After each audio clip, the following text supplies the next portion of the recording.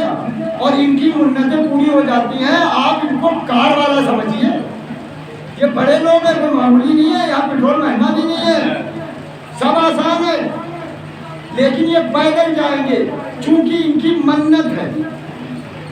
ٹھیک، وہاں پہنچ گئے، کہاں پہنچ گئے؟ صبح 40 کا دن ہے، صدام کے زمانے میں بھی بھیڑ اکٹھا ہوتی، ایسا نہیں ہے کہ نہیں جاتے، اس لیے کہ ہمارے عزادار وہ ہیں جو میں اپنے مکھ منتری صاحب سے بھی کہہ دوں کہ جب صدام سے نہیں ڈرتے اس سے کیا ڈریں گے؟ سلوات پڑھ دو محمد والے۔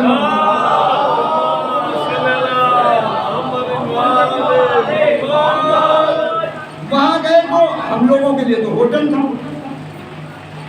اور اس کے بعد ہم نے یہ دیکھا کہ صاحب وہ جنگ غفیر کہ کسی کا کسی کو پتہ ہی نہیں، کسی کو کسی کا پتہ ہی نہیں ہے۔ اب ہمارے کاروان والا جو غائب ہوگا وہ تو ہوٹل میں پہنچ جائے گا، لیکن یہ لوگ جو عراقی ہیں، یہ جو لاکھوں کی تعداد میں آئے ہوئے ہیں، ان کا نہ ہوٹل ہے نہ روم نمبر ہے، ان کا کام کچھ نہیں ہے۔ انہوں نے اپنا وہ والا پرچم جو ہے وہ ایک جگہ پہ لگا دیا، اور اس کے بعد مرد عورتیں بچے سب زیارت پہ چلے گئے۔ اب ان کو کرنا کیا ہے؟ اعلان نہیں کرانا ہے، وہاں سے دیکھا ہمارا والا پرچم وہاں ہے، سمجھ گیا؟ یعنی یہ علم رہنما ہے، ہٹکے ہوئے کو راستے پہ لاتا ہے۔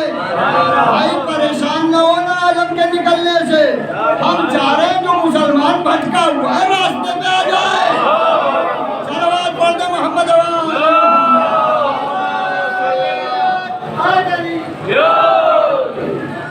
اب اسی لیے نہیں ہوتا ہے، اتنے بڑے عالم کی کیا ضرورت ہے؟ اتنے بڑے عالم نکالنے کی کیا ضرورت ہے؟ بھائی اتنے بڑے کی ضرورت کی بات نہیں ہے، بات یہ ہے کہ جو دور سے دکھائی پڑے تو لوگ سمجھ جائیں وہاں ہے ماتم، وہاں ہے جلوس، وہاں ہے بمبارا۔ اب یاد رکھیے میدان محشر میں کیا ہونے والا ہے؟ اللہ ارحم الراحمین ہے، اور اس نے وسیلے بنائے ہیں پنجتن کے۔ اب ہم وہاں ایڈریس پوچھتے کہاں تک بھولیں گے کہ صاحب وہ ہمارے مولا علی کو آپ بتا دیجئے کہاں ہے۔ بھیا آپ جانتے ہیں چچا میاں، آپ جانتے ہیں تاؤ جی، آپ جانتے ہیں؟ اور وہ بیچارہ کہے گا بھیا ہم تو دنیا ہی سے نہیں جانتے ہوں گے، ہمیں کیا پتا تمہارا علی کون ہے، تمہارا علی کون ہے؟ لہذا اب میدان محشر میں نفسہ نفسی ختم ہوگی، اسی لیے میں کہتا ہوں علم دیکھ کے بھاگنا نہیں، علم دیکھ کے بھاگنا نہیں، عادت بنانا، جہاں علم لگے وہاں جانا تاکہ یہ عادت رہے۔ اب سنیں، یہ علم لیے کھڑے ہیں علی، منبر پہ بیٹھے ہیں نبی، اور ہمیں جانا کہاں ہے؟ کان انہی دونوں سے ہمیں ہے۔ ہماری نمازیں تو ڈائی فش ہو گئی، ہمارے اعمال ان کا تو دم نکل گیا، ہماری خیرات وہ تو دکھاوے میں چلی گئی۔ اب جائیں گے جنت کیسے؟ اب جائیں گے جنت کیسے؟ اب جائیں گے جنت کیسے؟ اور ادھر علم دیکھا، اور ادھر توجہ فرمائیں، اعظم گڑھ والا بھی، جون پور والا بھی، بریلی والا بھی، سمجھ گئے؟ جو جو علمدار تھا اس نے کہا میں وہاں کوئی اپنا دکھائی پڑ رہا ہے اس لیے کہ علم ہے، وہاں کوئی اپنا ہے، جہاں علم ہے۔ اب سمجھنے کو چیرتے بھارتے جو پہنچے وہاں تو دیکھا علمدار علی ہے، شافع محشر رسول ہے، ہمارا کام بن رہا ہے۔ صلوات پڑھ دے محمد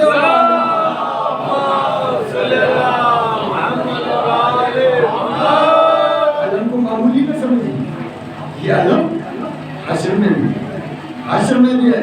اب میں کیا کروں؟ بعض مسلمان بڑے پریشان ہوئے، وہ اتنے پریشان ہوتے ہیں کہ بیچاروں کو اپنی بیویوں کی فکر ہو جاتی ہے.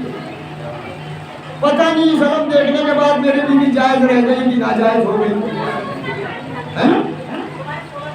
تو یہ بیچارے اپنے چکر میں نہیں رہتے، بیویوں کے چکر میں.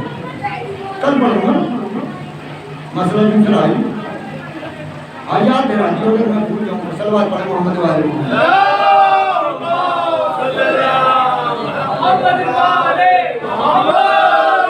ہماری عزاداری میں جتنی چیزیں ہیں وہ کچھ نہ کچھ ہیں، اور میں ثابت کر سکتا ہوں سب کو کہ رسول نے یہ سب کچھ کیا.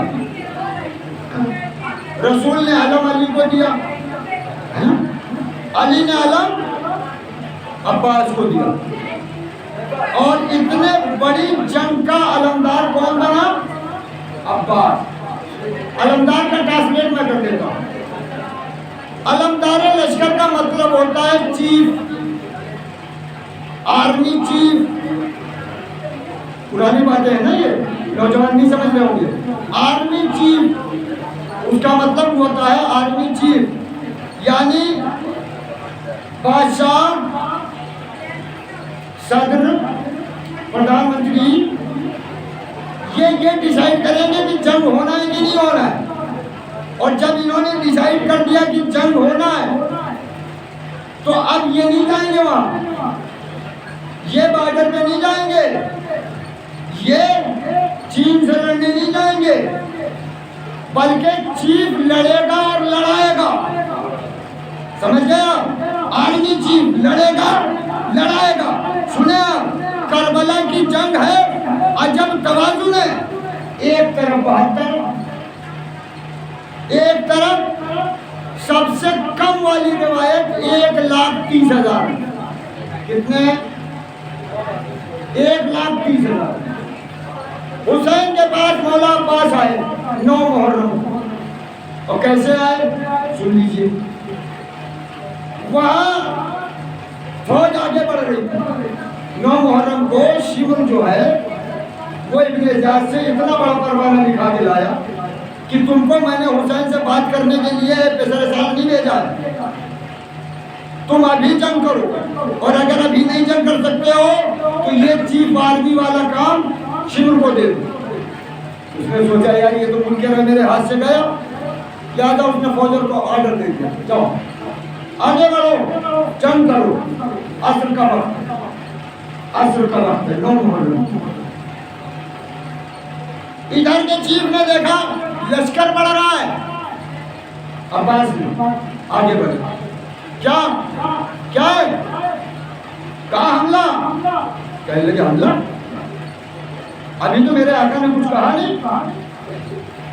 سنو ٹھہرو، یہ لشکر جو لشکر آ رہا تھا تلوار نکالی اسے کھینچ دیا. کہا اس کے ادھر نہیں آنا ہے کسی کو جب تک میں اپنے آقا سے پوچھ کے نہ جاؤں. کتنے ہیں؟ 1,30,000. اور عباس نے اپنا ایک بھی استعمال نہیں کیا، کسی کی ڈیوٹی نہیں لگائی کہ تم بیٹھ کے یہاں دیکھو. بس لکیر کھینچی اور کہنے لگے کوئی ادھر نہ آنا، ورنہ پھر واپس جانے کے لیے سوچنا. میں جا رہا ہوں اپنے آقا کے پاس، آگے مولا حسین کے پاس. مولا وہ لوگ جنگ کے لیے. مولا حسین نے کہا جاؤ، کہہ دو آج نہیں کل. عباس کہا میرے آقا حسین نے کہا ہے آج نہیں کل ہوگی جنگ. بڑے دلیر تھے تو لڑکے دکھا دیتے. سمجھ گئے؟ یہ عباس ہے اس فوج کا کمانڈر ہے. اس نے بغیر لڑے اپنی جیت لکھوا لی. اس نے بغیر لڑے اپنی جیت لکھوا لی، ورنہ وہ اکثریت میں تھے. کہتے ہم حسین میں تابع تھوڑی ہیں، ہم لڑیں گے. لیکن کسی میں ہمت نہیں ہے، قدم آگے بڑھا دے، زبان درازی کر دے. عباس تمہارے آقا کچھ کہتے ہوں گے، کہتے رہنے، ہم لڑیں گے. نہ، ہمت نہیں ہے، ہمت نہیں ہے. کس میں؟ اس لشکر میں جو 1,30,000 ہے.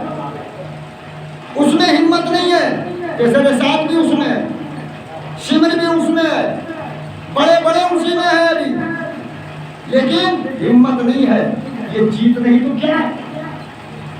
لشکر تمہارا، پانی تم نے بند کر رکھا ہے، مختصر ہم ہیں، مگر جب ہم چاہیں گے تب جنگ ہوگا۔ غور کر لیا آپ نے؟ یہ ہے پیاسوں کا، یہ ہے پیاسوں کی جیت، یہ ہے تلوار پر خون کی جیت، یہ ہے مظلومیت کی جیت ظالم کے اوپر۔ سمجھ گئے آپ عباس کا دبدبہ کیا ہے؟ عباس کی اسی دبدبے مولا حسین نے اپنے مرثیے میں اسی دبدبے کو حسین نے اپنے مرثیے میں، لیکن میں مرثیہ ابھی نہیں پڑھ سکتا چونکہ میں ابھی وہاں تک پہنچا نہیں۔ تاریخ نے لکھا کہ سب شہید ہو، عباس کھڑے ہیں حسین کے سامنے اور مولا حسین بیٹھے ہوئے ہیں اپنی کرسی۔ عباس نے دونوں ہاتھوں کو آقا ہمیں مرنے کی اجازت دے، ہمیں بھی اس نے جہاد دے دیجیے، ہمیں بھی اس نے شہادت دے دیجیے، ہمیں اجازت دے۔ حسین نے جواب دیا، عباس تم میرے لشکر کے علمدار ہو، میں تمہیں کیسے اجازت دے؟ میرے لشکر کے علمدار ہو۔ حسین کیا کہہ رہے ہیں؟ میرے لشکر کے علمدار ہو، یعنی علمدار کا مطلب جنگ کا ختم ہوتا، سمجھ گئے؟ عباس نے ایک مرتبہ رہنے دے پھر بائیں دے، امام کو جواب تو دے نہیں سکتے، لہذا دبے لہجوں میں کہنا شروع کیا، آقا جہاں وہ فوج گئی ہے میں بھی وہی جانا چاہتا ہوں۔ اتنی دیر میں آواز آئی، الکاش قد قتلنی، ہائے پیاس ہے جو ہمیں مارے ڈال رہی ہے۔ آواز معلوم کس کی ہے؟ یہ سکینہ کی۔ عباس نے حسین کے سامنے سے ہٹ کر خیمے میں داخل، بھتیجی کو بلایا، کیا بیٹی، کیا شہزادی، کیسے اللہ کی اس کی آواز میں سن رہا ہوں؟ کہا چچا یہی تو بات، آپ کے ہوتے ہوئے سکینہ پیاسی ہے، اور چچا اب تو عسکر کی حالت بھی غیر ہو رہی ہے۔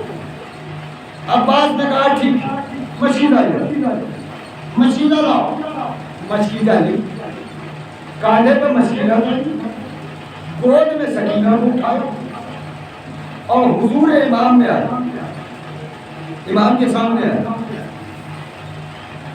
حسین نے کہا ٹھیک، سفارش لے آئے، پانی لینے جانا چاہتا،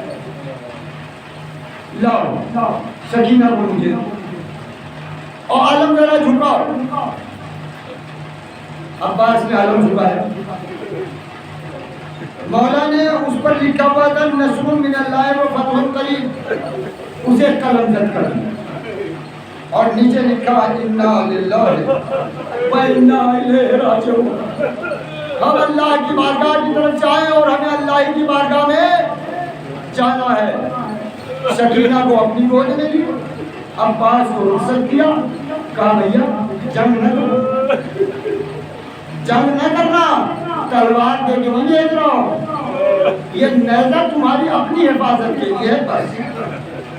عباس حکم امام پا چکا، کچھ دور تک تو قدم ہی قدم میں، اس کے بعد آپ گھوڑے پہ بیٹھے، اور جب آپ گھوڑے پہ بیٹھے تو آپ نے یہ کہا کیا معلوم ہے؟ اس مشکیزہ کو جو سکینہ کی تھی اسے اپنے کاندھے پہ نہیں رکھا، علم میں باندھ دیا۔ آج جو علم میں مشکیزہ باندھی جاتی ہے نا، یہ سنت عباس ہے۔ کیوں باندھ دیا؟ تاکہ لشکر یزید یہ سمجھ جائے کہ عباس دریا پہ جا رہا ہے، دریا پر پانی لانے، جو نہیں دیکھ پا رہا ہے وہ بھی دیکھ لے، ایک پیسرے ساتھ جتنی طاقت ہو بھیج نہر پر، عباس جا رہا ہے فرات پر. اب جناب عباس چلے. اب سوچیں کہ کتنے لشکر بٹھائے گئے ہوں گے وہاں, کتنے لشکر. لیکن عالم جانیں گے اس شری کا کیا تھا. جس کی لکیر میں کسی کی ہمت نہیں پڑے گی وہ بھان جائے. وہ جب تک عباس کی نگاہیں جھکی تھی تب تک تو کھڑے دیکھ رہے ہیں عباس, لیکن جیسے ہی عباس کی نگاہیں اٹھی اور لشکر کے فوج کے پرے پہ پرے گر پڑے, سبوں کے سبے گر پڑے, بھاگنے لگے. کیا ہوا؟ کہا عباس نے ہمیں دیکھ لیا ہے. ایسے بھاگے کہ عباس ندی میں دریا میں اتر.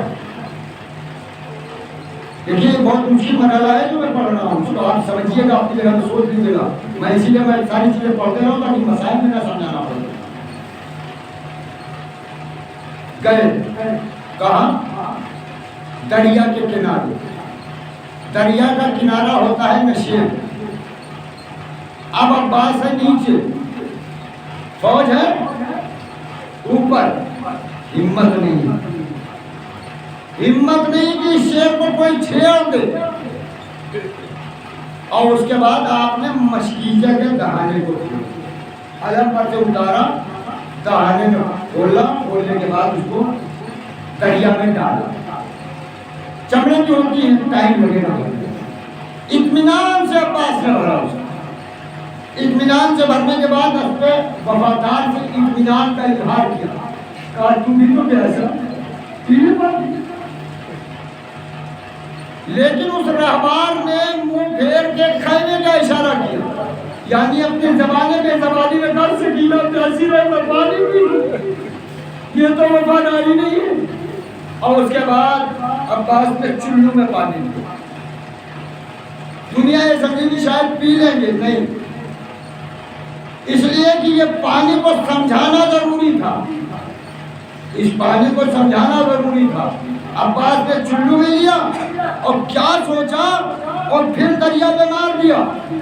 اور مار کر کے یہ بات واضح کر دی کہ اے دریا, تیرے اوپر عباس آیا مگر تیرے دریا کا پانی نہ پیے. عباس اس دریا میں موجود ہے جسے امامت و ولایت کہا جاتا. میں یہ پانی نہیں پی. واپس نکلنے کے بعد باقی بھی فوجوں کا عالم یہ, جو جہاں سے ہے وہاں سے تیر چلا, اور عباس کا عالم یہ ہے کہ تیر آ رہا, لگ رہا ہے, جسم سے نکال کے دیکھ رہے ہیں, مشکیزے کو کلیجے سے لگائے ہوئے, جو تیر آئے جسم پر لگ جائے. مگر سکینہ کی مشکیزہ چھپنے لگا, بچی تک پانی پہنچ جائے. یہاں تک کہ اشقیاء نے اس سے موقع سے فائدہ اٹھایا. ایک کمینگاہ میں ایک شخص تلوار لے کر کے بیٹھا, اور اس کمینے نے موقع پاتی عباس کے دائنے ہاتھ پر وار کیا. بازو قلم ہوا, زمین میں گرا. عباس کو بازو قلم ہونے کا کوئی قلم نہیں, بس یہ کہ مشکلہ بچ جائے. یہاں تک کہ دوسرے نے آگے بڑھ کر کے کمینگاہ سے حملہ کیا کہ بایاں ہاتھ بھی عباس کا قطع ہو گیا, علم زمین پر گر گیا. اب اس کے بعد پھر بھی یہ تمنا ہے ہاتھ کٹ گیا تو کٹ جانے, مگر سکینہ تک پانی پہنچ جائے. لہذا تیر چل رہے ہیں, لیکن اب عباس کے ہاتھ سلامت نہیں ہے کہ تیروں کو روک سکے, تیروں کو نکال سکے, پھینک سکے. ایک تیر سنسناتا ہوا آیا اور عباس کی آنکھوں میں گیا. عباس کی آنکھوں میں اس تیر کا جانا تھا کہ آپ نے اس بات کو چاہا کہ کسی صورت سے اس تیر کو میں نکال لوں, اتنے میں آپ نے ہاتھ نہیں اپنے زانوؤں سے چاہا کہ اس تیر کو نکالوں. سر کا جھکنا تھا کہ ایک لعین نے ایک ایسا وار کیا کہ علی کا لال علی کے طریقے سے سر دوبارہ ہو گیا.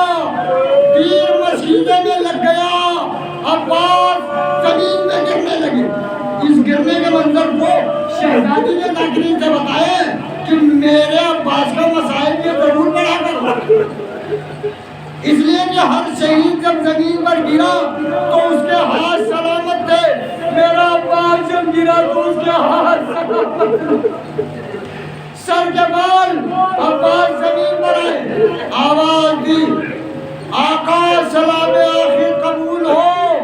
حسین جو یہاں کھڑے یہ سب منظر دیکھ رہے تھے، اب حسین چلے ہیں تو عجب عالم ہے، علی اکبر جیسا جوان بیٹا ساتھ میں ہے، کمر پکڑے ہوئے، کمر پکڑے ہوئے، اب مرثیہ پڑھ رہے ہیں، الان انکسرا زہری، بھیا تیرے مرنے نے میری کمر توڑ دی، وقلت ہیلتی، اور میری راہ چارہ گری مسدود ہو گئی۔ پھر آپ فرماتے ہیں عباس ارے میں کیا شکوہ تجھ سے کروں، یہ دشمن مجھے تانا دے رہے ہیں اور میری ماں کا نام اپنی نجس زبان سے لے رہے ہیں۔ سمجھ گیا کیا ہوا تھا؟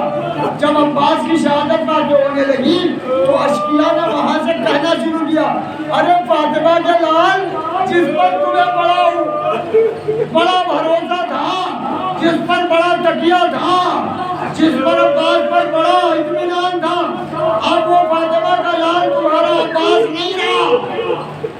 جانتے ہیں آپ یہ نام ماں کے نام سے کسی کو پکارنا عرب کے دستور کے خلاف تھا، یعنی جب انسان یہ دیکھ لیتا تھا یہ انسان میرا کچھ نہیں بگاڑ پائے گا تب وہ ماں کا نام لیتا تھا، تب وہ سامنے والے کی ماں کا نام لیتا تھا، چاہے کہ حسین کی ماں کا نام۔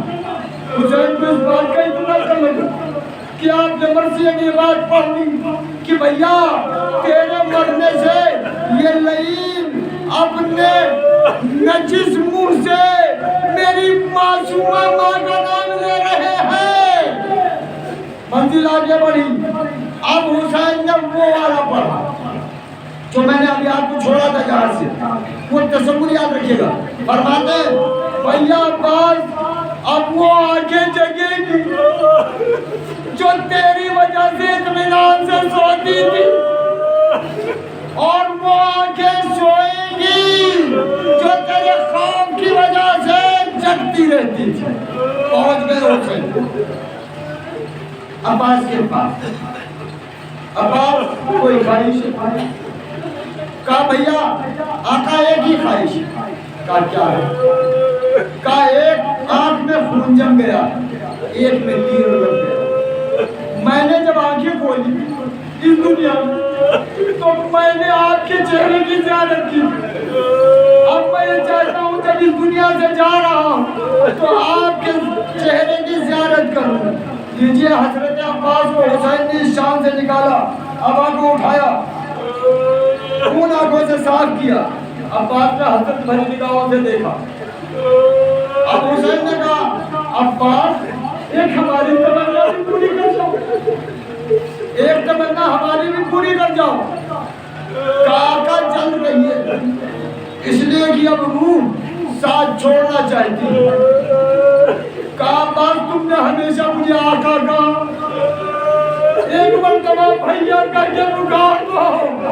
عباس نے حکم امام کی انتباہ میں آواز دی بھیا، اور اس کے بعد دوسرا جملہ میری لاش نہ اٹھائیے گا، میری لاش نہ اٹھائیے گا، میں سکینہ سے شرمندہ ہوں۔ عباس کے جملات مکمل ہوئے، زبان بند ہوئی، حسین اٹھے، چینی ہوئی مشک ساتھ میں لی، علم لے کر کے واپس خیمگاہ پہ پہنچے۔ ادھر عالم یہ ہے کہ سکینہ ننھے ننھے بچوں کو لیے ہوئے ہر ایک چیز کہہ رہی ہے گھبراؤ نہیں، چچا پانی لے کے آتا ہوگا، چچا پانی لے کے آتا ہوگا۔ لیکن اب جو سکینہ نے دیکھا خدا کسی کی آس ایسے نہ ٹوٹے جیسے ان بچوں کی آس ٹوٹی ہے۔ سکینہ پڑھ کر کے دوڑی بھی باپ کے پاس پہنچی، کہنے لگی بابا، ابا کا دامن پکڑ کے چچا چچا سکینہ سکانہ آئے گا۔ کیا ہوا؟ کہا ہمیشہ کے لیے دریا کے کنارے سو گئے۔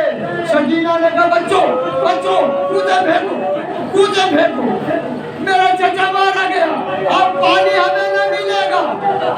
اور عباس اب اس دنیا اس جگہ واپس نہ آئے گا۔ ادھر حسین علم لیے آئے اور مشکیزہ لیے ہوئے علی اکبر پیچھے خیمے میں داخل۔ بچوں کی انجمن ہے، التش واپس آ۔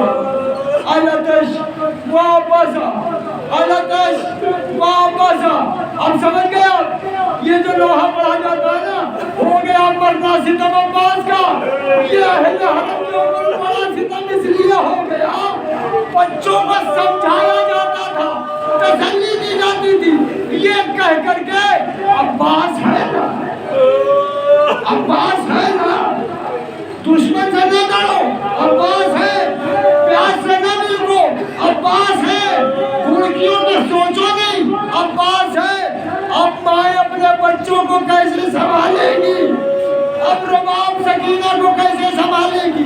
اب مائیں اپنے بچوں کو کیسے سنبھالے گی؟ لہذا حسین نے کہا زینب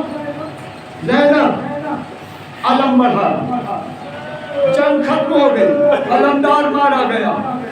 جناب زینب نے بیچ خیموں میں علم نصب کہا بیویوں سب کا لاشا آتا، میرے دلیر کا لاشا نہیں آیا، میرے غازی کا لاشا نہیں آیا، آؤ اس کے گرد ماتم کرتے ہیں، اور ایک وعدہ میں اپنا واپس لینے کے لیے تم سب کو بلا رہی ہوں۔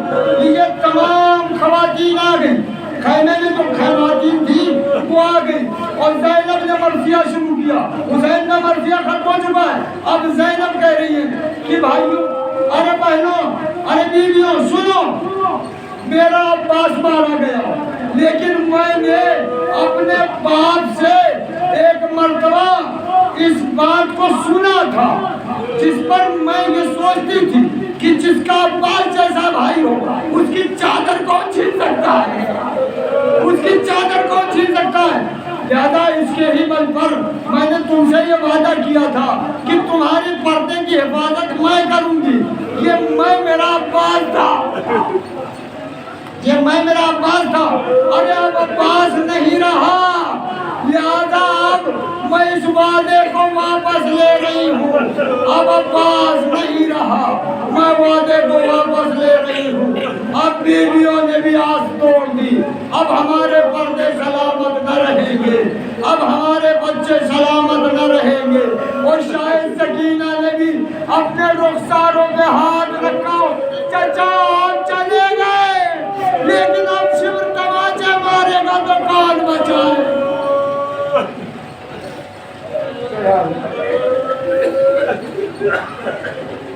پروردگار ہمارے ہمیں ہمارے ساتھ رحمتی کی توفیق ہے۔ پروردگار جہاں جہاں نشان حیدر کرار ان کی جان مانی تکابر کی فرما، سرکار مسلمان کے ظہور میں تعظیم فرماؤ، ہم سب کو ان کے لوگوں اور غلاموں کی شفاعت